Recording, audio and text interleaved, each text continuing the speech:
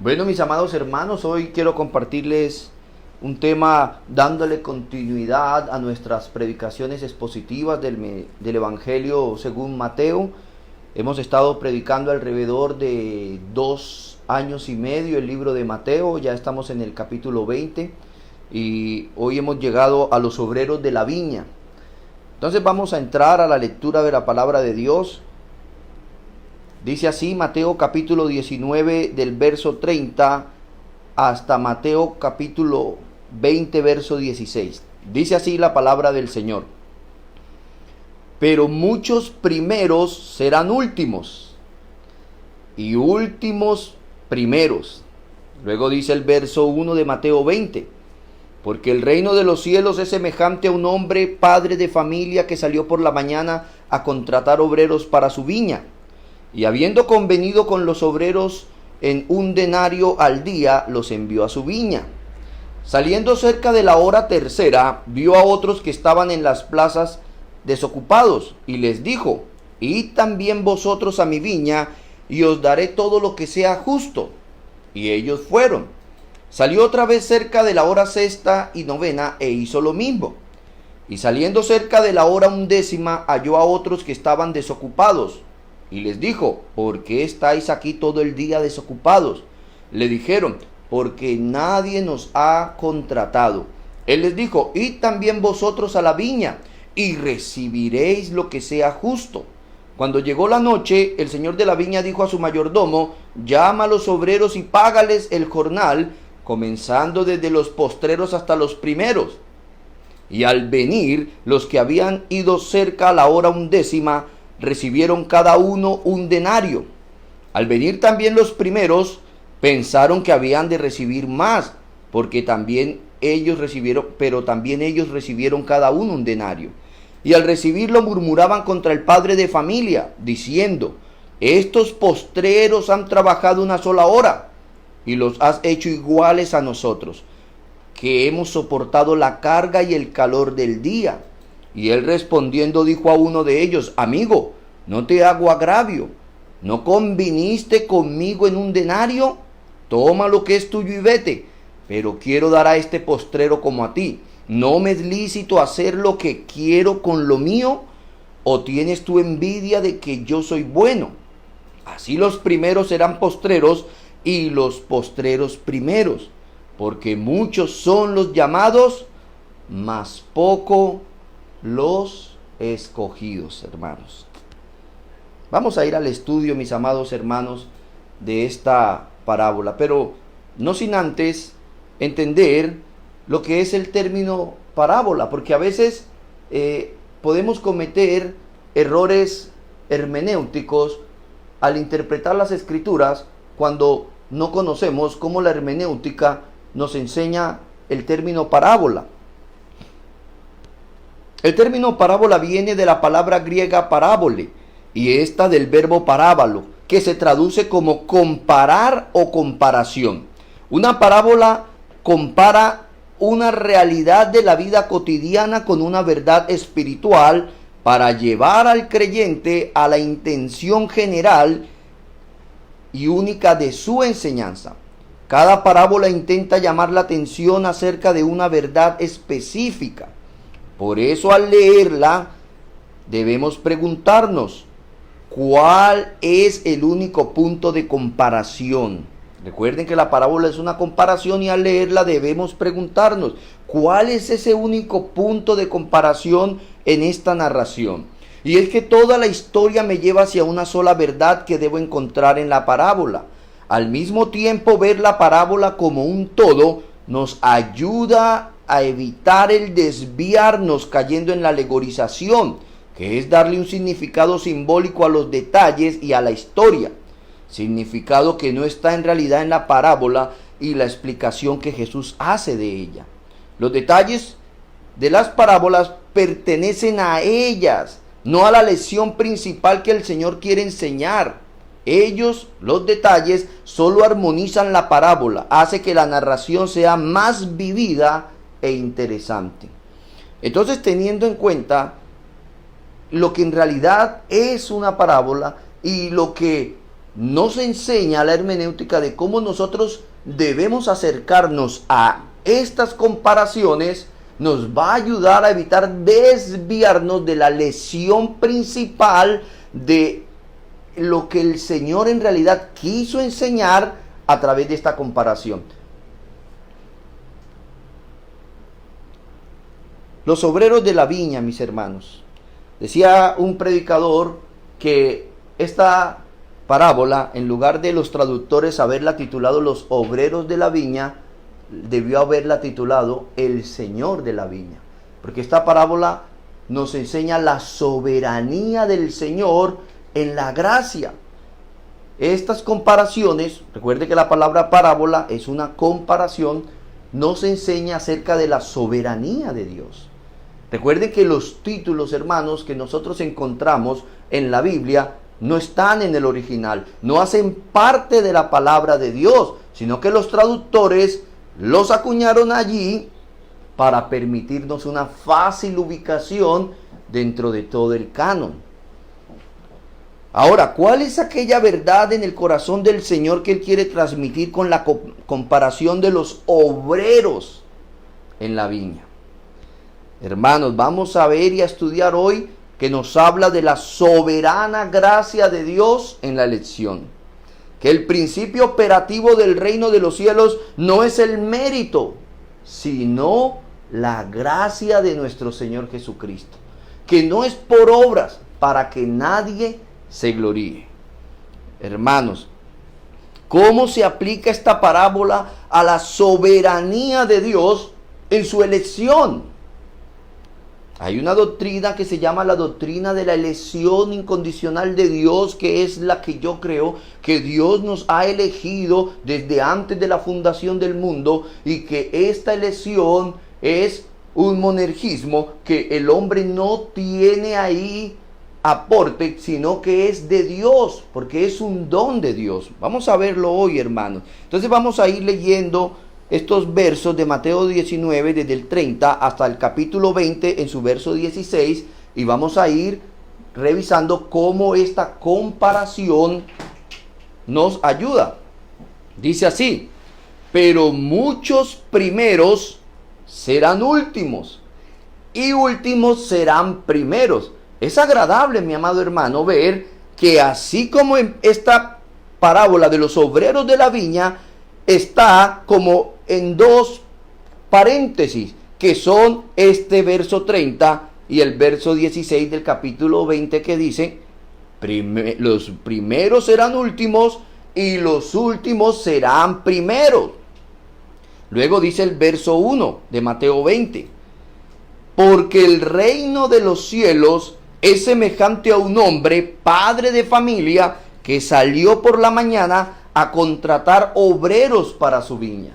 Hermanos, esta parábola tiene que ver con el reino de los cielos. La Biblia nos enseña que el reino de los cielos está en dos etapas. Una etapa de siembra que se dio con la venida del Rey, el Señor Jesucristo, y que viene una etapa de cosecha, la consumación del reino de los cielos. Y vemos que en la Biblia, en el Evangelio, cuando encontramos la frase padre de familia, está haciendo relación con el reino de los cielos desde su etapa de siembra hasta su consumación en la cosecha. Vamos a ver, hermanos, como primero, que esta parábola nos enseña el derecho de reinar que tiene Dios, que el derecho de reinar es de Dios, no nuestro. Él es el Rey, Él es el soberano, Él es el que ordena todas las cosas, Él es el que gobierna. William Hendrickson, un comentarista bíblico, citaba lo siguiente en relación a la parábola de los obreros de la viña. Él decía: esta parábola llama inmediatamente la atención al hecho de que Dios es el propietario de todo, y por lo tanto también el soberano ordenador de los destinos de los hombres. Él mismo es quien sale a escoger sus obreros. Por supuesto, aún en las mismas expresiones, reino de los cielos o de Dios, enfatiza el mismo pensamiento, El derecho de reinar es de Dios, no nuestro. La salvación en todas sus fases es un don gratuito de su parte. No es el producto del esfuerzo humano. Hermanos, en esta comparación de los obreros de la viña, vamos a ir viendo que el Señor es el que tiene el derecho de reinar. Él es el Rey desde la eternidad pasada por todas las eternidades, por así decirlo. Segundo, vamos a ver que Dios es justo. Dios, hermanos, es justo. Dice así el verso 2 de Mateo 20. Y habiendo convenido con los obreros en un denario al día, les envió a su viña. La versión revisada de 1977 de este mismo verso lo citó de esta manera: y habiéndose concertado con los obreros en un denario al día, los envió a su viña. Miren la diferencia en la palabra habían convenido. En la Valera de 1960 y en la de 1977 es concertado, que son un sinónimo. Esta palabra convencido, concertado, indica por supuesto que hubo alguna negociación. Y esta negociación pudo ser que el dueño de la viña llegó a los hombres y les preguntó: ¿cuánto cobran por ir a trabajar un día en la viña? O puede ser que el dueño de la viña les dijo: vayan a la viña que les pagaré el día. El día que se ganaba un soldado o un obrero en esa época era un denario. Entonces, la palabra de Dios dice, en esta comparación, dice que el dueño de la viña les dijo: les daré lo justo. O sea, el pago que merece un día de trabajo. Hermanos, Dios es justo. Lo que pasa es que en el corazón del hombre sí hay injusticia. Y nosotros somos insaciables en nuestro amor por este mundo. Y la Biblia nos enseña que en este mundo encontramos las pasiones carnales, el materialismo y una vida de vanidad, una vida de apariencia. Y esto nunca sacia un corazón que no está lleno del Espíritu Santo de Dios. Esto nunca nos va a saciar. Y hay personas que muchas veces en una empresa les contratan, firman un contrato, les están cumpliendo el contrato, pero cuando pasan unos meses se olvidan que fue gracias a Dios que obtuvo ese trabajo, que estuvo contento con ese trabajo, que fue la oportunidad de su vida, pero ya no le parece y demanda que quiere ganar más. Pero hermanos, se hizo un acuerdo, se hizo un convenio, y es ahí donde nosotros debemos aprender a ser responsables como trabajadores también. De igual manera, el patrono, si usted contrata empleados bajo unas cláusulas, sosténgaselas a sus trabajadores, no seamos injustos. Pero hermanos, volviendo al tema, Dios nos está enseñando que Él es justo.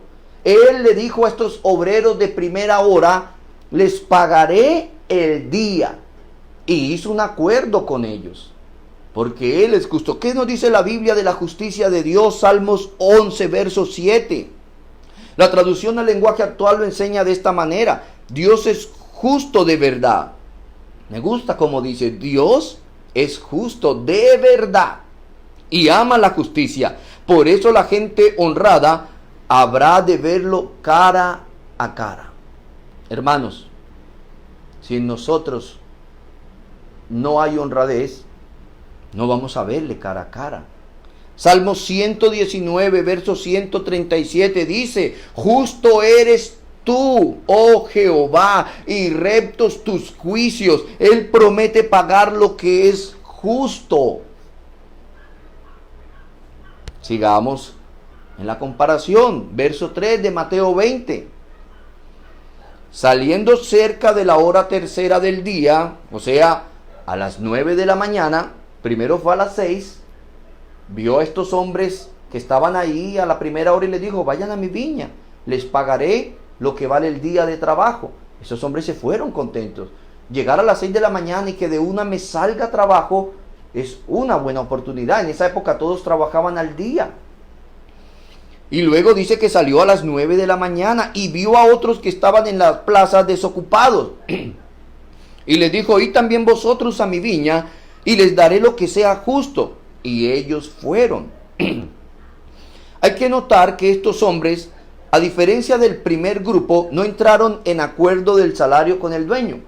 Él les dijo, vayan a mi viña y les daré lo que es justo. A los primeros les dijo, les daré el valor del día, les daré un denario. Dice, y habiendo convenido o habiendo acordado con ellos, se fueron. Dice el verso 5. Salió otra vez cerca de la hora sexta y novena e hizo lo mismo. O sea, fue al mediodía y fue a las 3 de la tarde y le dijo a estos obreros, vayan a la viña por lo que queda del día y les daré lo que es justo. A ellos no se les prometió un valor. Y saliendo cerca de la hora 11, halló a otros que estaban desocupados y les dijo, ¿por qué estáis aquí todo el día desocupados?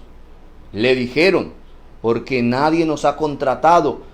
Él les dijo, id también vosotros a la viña y recibiréis lo que sea justo.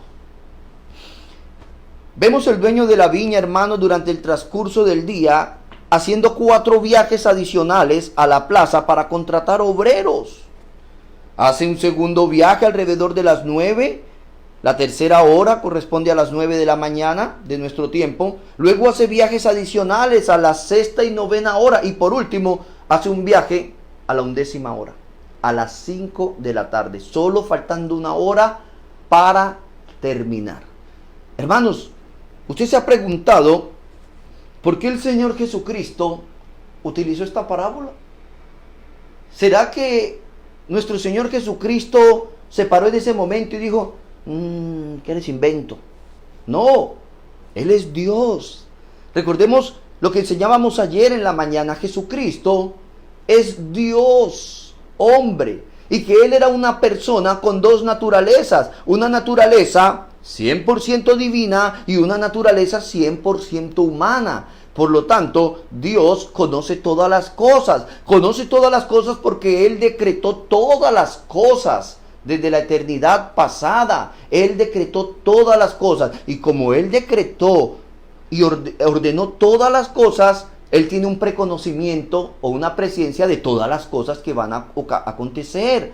Por eso dice la Biblia, no está la palabra aún en nuestra boca cuando ya Dios la sabe. Porque Él sabe todas las cosas, hermanos.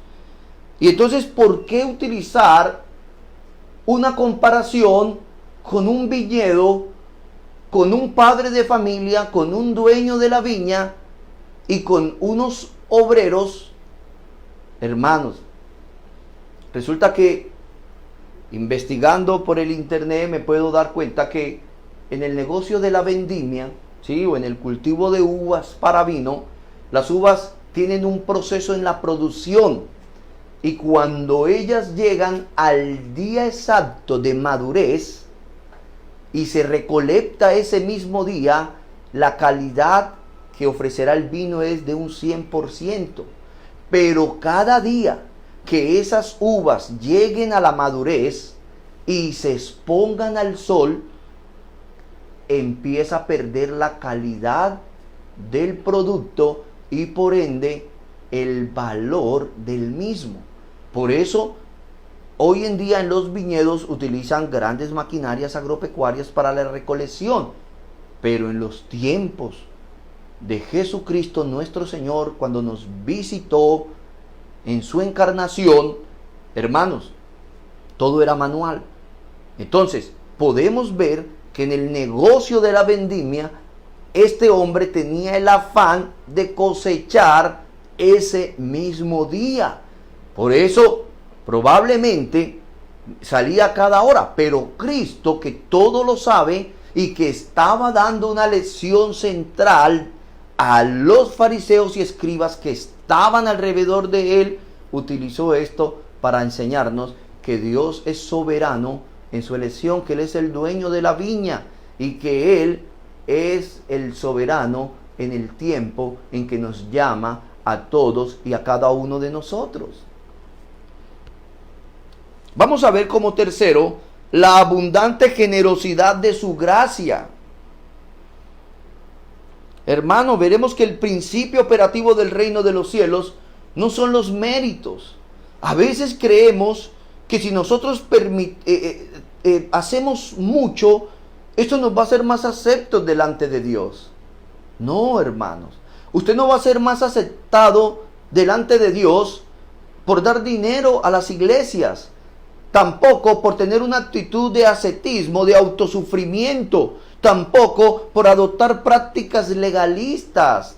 No. Ya Dios nos aceptó en Jesucristo. Fue por gracia, dice su palabra, para que nadie se gloríe. Mire lo que dice el verso 8, y hablando de que esta parábola nos enseña la abundante generosidad de la gracia de Dios. Hemos aprendido, hermanos, que el Señor es el que tiene el derecho a reinar. Nabucodonosor lo entendió. El Señor es justo. Y tercero, abundante y generoso en su gracia. Verso 8 dice: cuando llegó la noche, el señor de la viña dijo a su mayordomo: llama a los obreros y págales el jornal, comenzando desde los postreros hasta los primeros. Y al venir, los que habían ido cerca de la hora 10 recibieron cada uno un denario. O sea, el Señor empezó a llamar desde los últimos que contrató hasta los primeros. Y cuando vienen los de la hora 10, que Él no les prometió un valor, les dijo: vayan y trabajen y les daré lo que es justo. Recibieron un denario, lo que vale un día. Mire la abundancia y generosidad de la gracia de nuestro Señor. Verso 10: al venir también los primeros, pensaron que habían de recibir más, pero también ellos recibieron cada uno un denario. Al recibirlo murmuraban contra el padre de familia, diciendo: estos postreros han trabajado una sola hora y los has hecho iguales a nosotros, que hemos soportado la carga y el calor del día. Hermanos, estos hombres estaban molestos con tanta generosidad y trato que este hombre le dio a los últimos. Y ellos, que fueron los primeros, que trabajaron de sol a sol, les pagó lo mismo. Ese era el enojo que ellos tenían. Ellos no estaban mirando que el Señor les dijo: vayan a mi viña, que les pagaré un denario. Y ellos aceptaron. Hermanos, muchas veces podemos ver esto cuando estamos trabajando. Usted envía su currículum o su hoja de vida, es aceptado, está usted contento, está agradecido con Dios, está trabajando, pero luego ve que llega una persona con menos estudios, con menos experiencia, pero que fue contratado con un salario mayor. Y esto, si nosotros no somos agradecidos con Dios, si nosotros no creemos que es Dios quien nos provee, que es Dios el que es soberano, que fue Él el que nos abre las puertas, nos llenamos de envidia. Pero cuando usted está siendo justo, porque le están pagando lo que usted convino en un contrato legal de trabajo y que usted lo firmó. Esto estaba pasando, hermanos. Esto demuestra, hermanos, que el principio operativo del reino de los cielos no son los méritos, sino la gracia de nuestro Señor Jesucristo. Mire lo que dice Efesios capítulo 2, versos 8 y 9. El apóstol Pablo enseña: porque por gracia sois salvos por medio de la fe. Hermano, usted no es salvo por ir a procesiones. Usted no es salvo por ir a cumplir mandas. Usted no es salvo por vender todo lo que tiene y darlo a los pobres. Decía Charles Spurgeon, un puritano del siglo, no recuerdo su siglo, pero él decía: el moralismo te puede mantener fuera de las cárceles, pero solo la gracia de Dios nos puede mantener salvos del infierno. Mis amados hermanos, es por gracia. No es por un mérito nuestro. No es porque nosotros practiquemos el misticismo, el legalismo, el ascetismo. No, es por gracia. Y esto por medio de la fe, y no es de vosotros, pues es don de Dios, no por obras, para que nadie se gloríe. Hermanos, no crea usted que sus obras delante de Dios lo van a hacer más o menos que otras personas. Usted no es salvo por obras.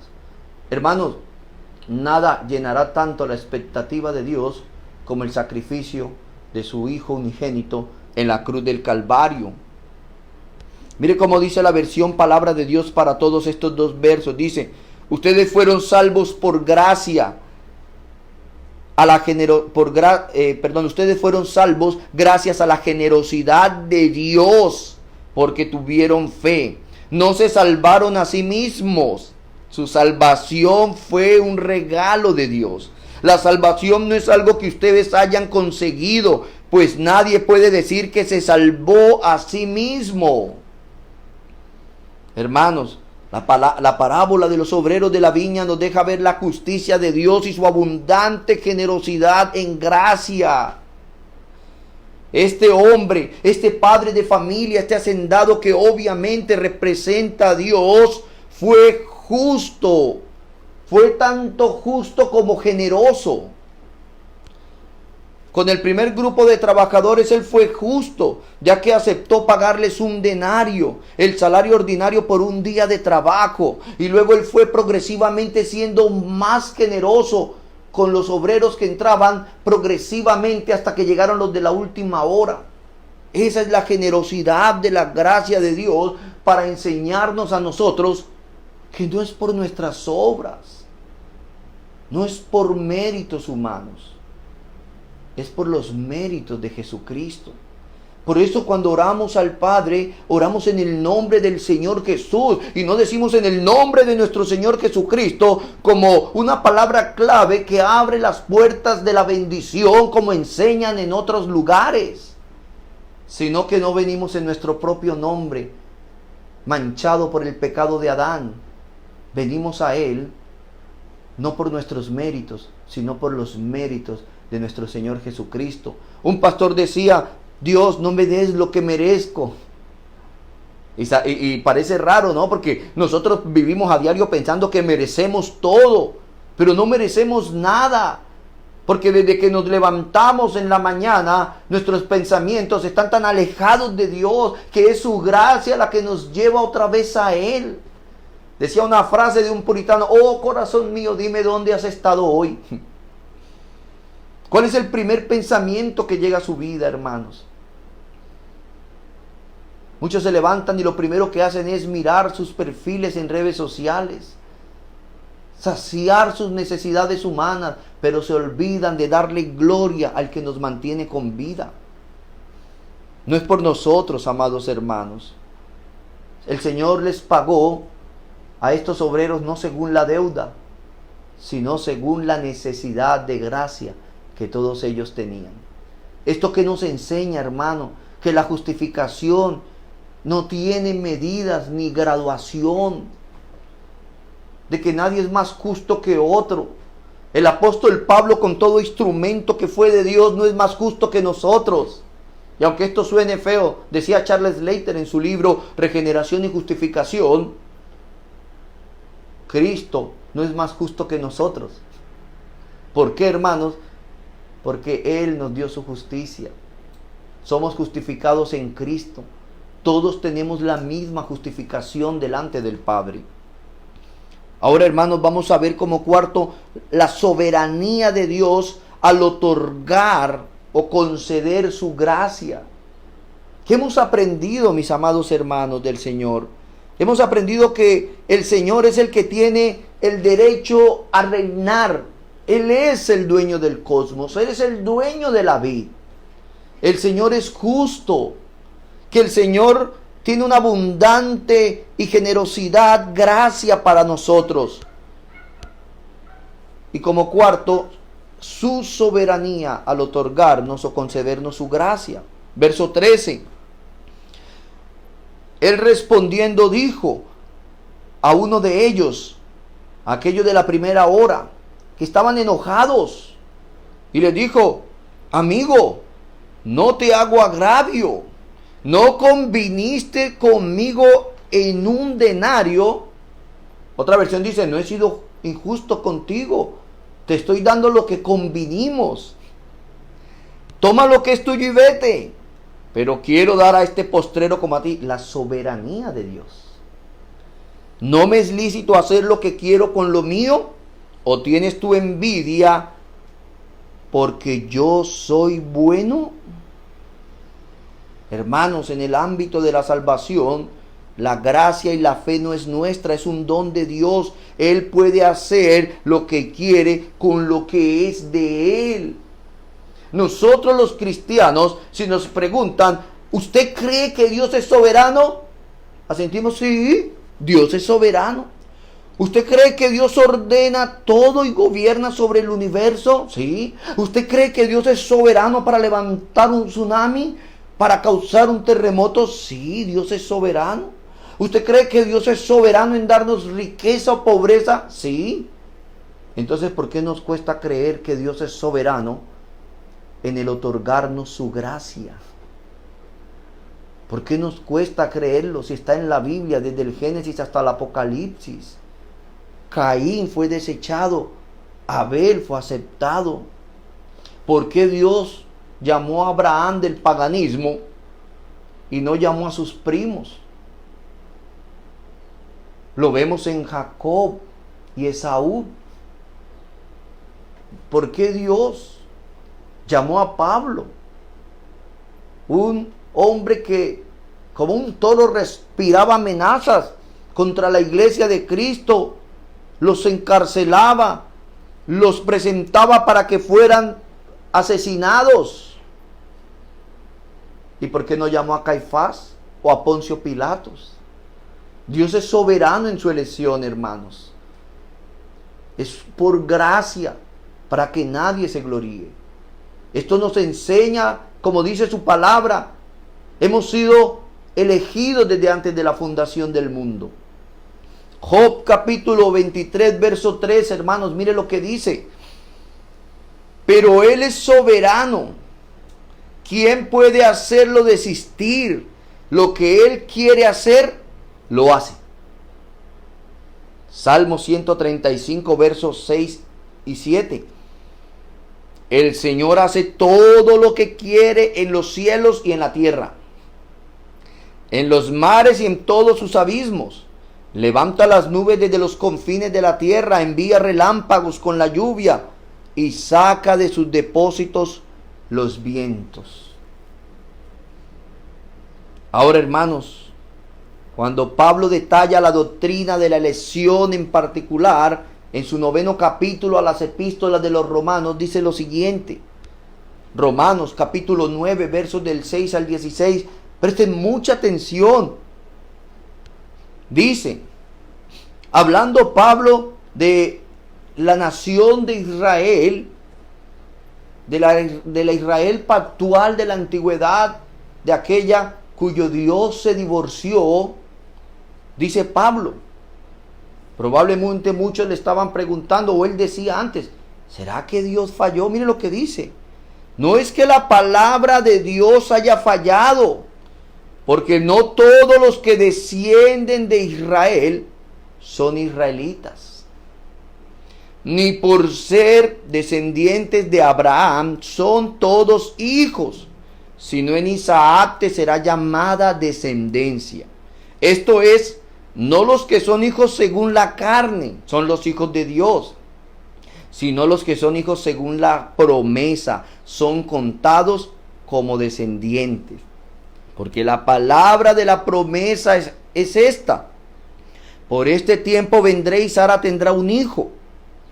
Y no solo esto, sino también cuando Rebeca concibió de uno, de Isaac, nuestro padre, pues no había aún nacido, ni habían hecho aún ni bien ni mal, para que el propósito de Dios conforme a la elección permaneciese, no por las obras, sino por el que llama. Hermanos, vamos a repetir este verso. Está hablando de cuando Rebeca concibió a los gemelos, a Jacob y a Esaú. Dice así, verso 10. Y no solo esto, sino también Rebeca, cuando Rebeca concibió de Isaac nuestro padre, verso 11, pues no habían aún nacido los gemelos, estaban en su vientre. Ni había hecho aún ni bien ni mal ninguno de estos gemelos. Para que el propósito de Dios, conforme a la elección, hay un propósito eterno, como dice Romanos, a los que conforme a su propósito son llamados. Todas las cosas obran para bien, para todos aquellos que aman a Dios, para aquellos que conforme al propósito divino de Dios son llamados. Dice, ni habían hecho aún ni bien ni mal, para que el propósito de Dios conforme a la elección permaneciese, no por las obras, sino por el que llama. Se le dijo, el mayor servirá al menor. Como está escrito, a Jacob amé, mas a Esaú aborrecí. Ahora, hermanos, parece que Pablo, inspirado por Dios, sabía lo que había en la mente de las personas, o lo que ellos iban a pensar en el momento de leer esta carta, o estaba haciendo una diatriba Pablo. Y dice, ¿qué pues diremos? ¿Que hay injusticia en Dios? Usted pensará que hay injusticia en Dios después de escuchar esta carta de Pablo a los romanos, cuando les decía, esta mujer estaba embarazada, Rebeca, de Isaac, estaban los niños en su vientre, no habían hecho aún ni bien ni mal, y Dios escogió uno para mostrar el propósito de su elección por el que llama, no por las obras de nosotros, amados hermanos. Es decir, que aún antes de nacer hemos sido elegidos por Dios. Desde antes de la fundación del mundo enseña su palabra. Por eso dice la Biblia que en el libro de los Hechos, cuando los apóstoles estaban predicando, los verdaderos apóstoles de la Biblia, porque hoy ya no hay apóstoles, y cuando estaban predicando, dice, creyeron los que estaban ordenados desde antes para salvación. Dice la misma palabra de Dios que fue el Señor el que abrió el corazón de Lidia, la vendedora de púrpura, para que recibiera el mensaje que estaba predicando Pablo. No es de nosotros, hermanos. Es de Dios, de principio a fin. La obra de la salvación es del dueño de la viña. Le pertenece al Señor. No es por nuestros méritos. Dice, verso 15. Pues a Moisés dice, tendré misericordia del que yo tenga misericordia, y me compadeceré del que yo me compadezca. Así que no depende del que quiere ni del que corre, sino del que Dios tiene misericordia, mis amados hermanos. Y mire cómo finaliza esta parábola encerrada en dos paréntesis. Verso 16 de Mateo 20. Así los primeros serán postreros, y los postreros primeros, porque muchos son los llamados, mas pocos los escogidos. Dios nos escogió en Jesucristo desde antes de la fundación del mundo. Él mismo nos provee por medio de Jesucristo la justificación, la santificación y la glorificación. Todo es de Dios de principio a fin. Y como quinto, hermanos, algo que en toda mi vida de cristiano, cuando leía esta parábola, yo no lo había entendido. Y es que todos somos obreros de la hora undécima. Todos somos obreros de la última hora. Quiero compartirles un comentario de Jerry Bridges que cita, presten mucha atención, mis amados hermanos. Dice, muchos parecen preocuparse por la aparente injusticia del hacendado. Aparente. Después de todo, parece injusto pagarle a los obreros que trabajaron solo una hora lo mismo que se les pagaba a aquellos que trabajaban 12 horas completas, que habrían soportado el peso y el calor abrasador del día. Pero los obreros de la 11ª hora no creían que el hacendado fuera injusto. Más bien lo consideraron muy generoso. Si estamos, presta atención hermano, si estamos preocupados por la aparente injusticia, es porque tendemos a identificarnos con los obreros que trabajaron 12 horas. Y cuanto más comprometidos estemos con el discipulado serio, con el evangelio, más fácil caemos en la trampa de envidiar a aquellos que disfrutan más que nosotros las bendiciones de Dios. Parece cierto. La verdad es que todos somos obreros de la 11ª hora. Ninguno de nosotros puede decir que está cerca de cumplir el mandato de amar a Dios con toda su mente, con todo su corazón y con toda su alma. Ninguno de nosotros puede decir que está cerca de amar al prójimo como a sí mismo. Por lo tanto, aprendamos a estar agradecidos por todo lo que Dios generosamente nos da y a no envidiar las bendiciones que Él soberanamente da a los demás. Hermano, hermoso comentario. A veces decimos, oiga, sí, pero es que los otros trabajaron 12 horas. ¿Y cómo les va a pagar más a los de la última hora? Hermano, usted es el de la última hora, usted y yo. No merecíamos nada. Dios está en esta parábola enseñando la grandeza y generosa gracia que tiene para con nosotros, que no merecemos, porque hemos sido pecadores. La misma Biblia, hermano, nos revela esa condición. Dice que todos hemos pecado contra Dios, Romanos 3:23. Todos, hermano, dice, todos pecaron y por eso no pueden participar de la gloria de Dios.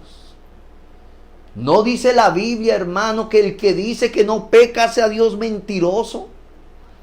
¿Y por qué vamos a estar por ahí, por la vida, tirándole la primera piedra a los demás? Si todos somos pecadores. Con ese mismo juicio nos juzgarán a nosotros. Con la misma vara que tú mides te van a medir. Todos somos pecadores y por eso no pueden participar de la gloria de Dios.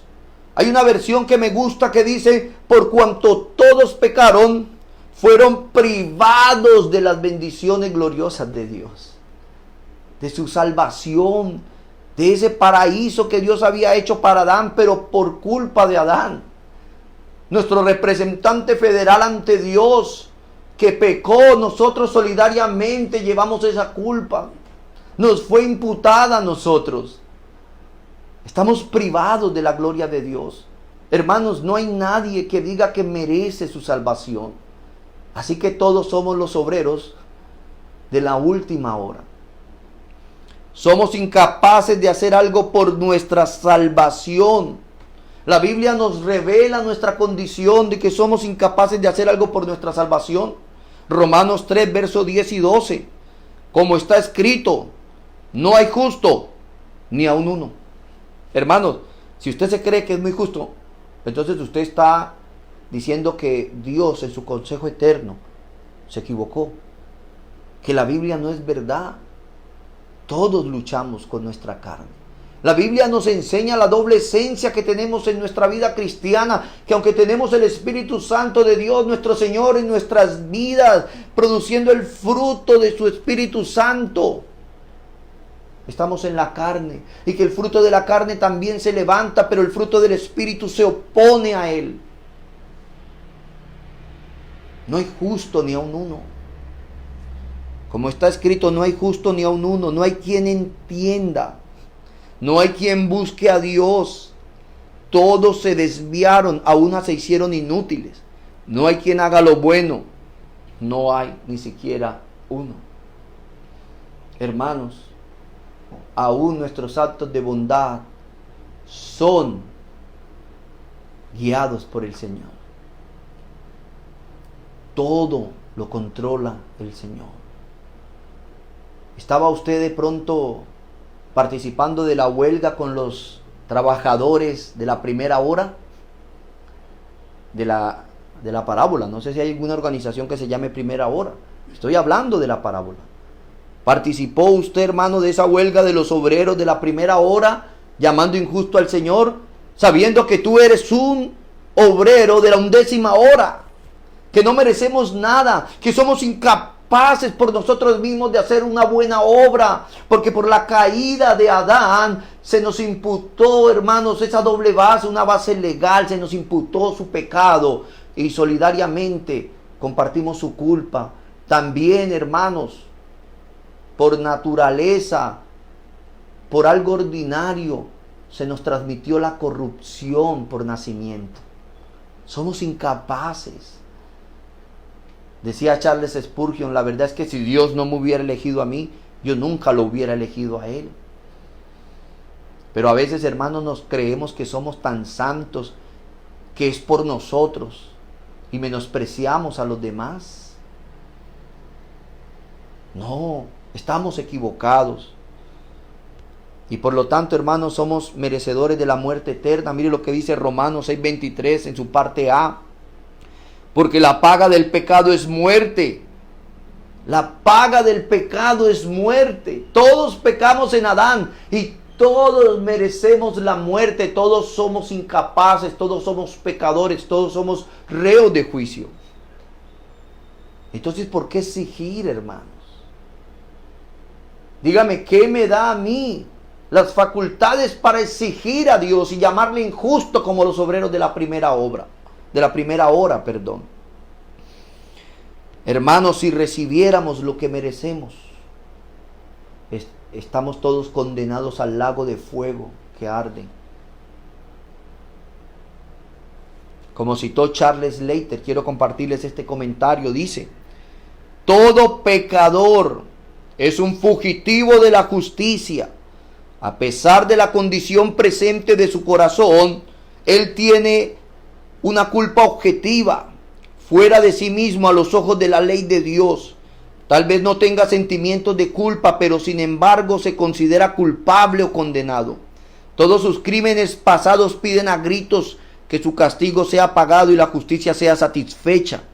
Estos gritos están anclados en el propio carácter y ser de Dios en su atributo de justicia o equidad. Hermanos, como cita el apóstol Pablo en Efesios capítulo 2, versos del 4 al 6, dice: pero Dios, que es rico en misericordia por su gran amor con que nos amó, hermanos, Dios es un Dios rico en misericordias, por su gran amor con que nos amó, aun estando nosotros muertos en pecados, nos dio vida juntamente con Cristo. Por gracia sois salvos. Y juntamente con Él nos resucitó y asimismo nos hizo sentar en los lugares celestiales con Cristo Jesús. Hermanos, el próximo domingo voy a darle continuidad a este tema hablando de la justificación, de la justicia de Dios. Hemos visto hoy, hermanos, en la parábola de los obreros de la viña, que Dios es el que tiene el derecho a reinar. Él es Rey soberano, que Dios es justo, nos enseña su palabra. Ahora usted dirá, pero bueno, si Dios es justo, ¿por qué unos son condenados y otros son elegidos? Lo vamos a ver el otro domingo. Dios es generoso en su gracia. Vimos también, hermanos, que aparte de que Dios es generoso en su gracia, Él es soberano en otorgarla. Y también, mis amados hermanos, que todos somos obreros de esa última hora. Hermano, usted y yo no merecíamos la salvación, pero Dios no nos dio conforme a la deuda, nos dio conforme a nuestra necesidad de gracia. Y esto por medio de nuestro Señor Jesucristo, como lo vamos a ver el próximo domingo. El dueño de la viña no actuó injustamente. Él fue justo con los obreros de la primera hora. Él les dijo: les voy a pagar un denario, y les pagó un denario. y fue más que justo con los de última hora, fue generoso. Les dio más de lo que merecía. Esa es la gracia de Dios para con nosotros, sus elegidos. Él nos dio más y nosotros debemos estar agradecidos. Debemos estar contentos de que por gracia somos salvos y no por obras para que nadie se gloríe. Hermanos, oremos y pongamos nuestras vidas en manos del soberano Señor. Démosles gracias a Dios por su soberanía, en su gracia. Démosle gracias por nuestro Señor Jesucristo,